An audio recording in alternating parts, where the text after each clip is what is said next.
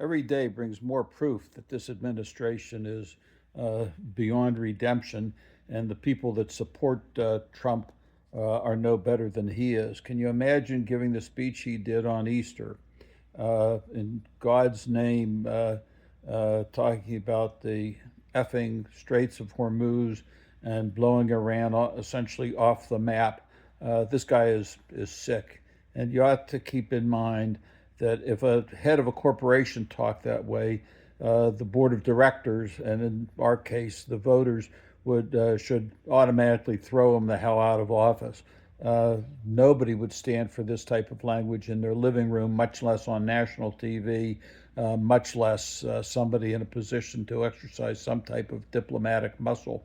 The other thing that's interesting uh, is that, and there have been long stories written by this, one by a fellow named Christopher Armitage, who was a news person, that he's traced a lot of the Israeli and some of the U.S. bombing to some of our own high tech companies that not only track and find people to be killed, but find their homes so that when these people go home for dinner, they're then blown up along with their families. This is the same type of uh, involvement in criminal activity that I.G. Farber was involved in or during World War II, and for which they were convicted.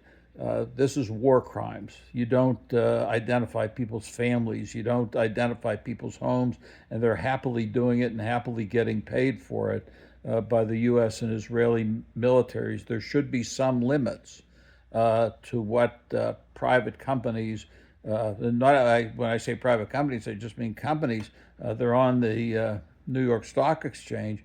What they should be allowed to do and permitted to do by way of helping an improper war machine. Meanwhile, Hegseth is firing everybody in sight who has any qualms about engaging in war crimes, because he had said, hell with the Geneva Convention. Uh, he wants his people to fight giving no quarter. And we know what that means, because the Japanese gave no quarter to troops that they found and people who had surrendered. They were happy to kill them. There were massacres by the Germans where they gave no quarter. This is Pete Hegseth, and he's supported on this by Donald Trump and the Republican Party, who are doing nothing to stop him.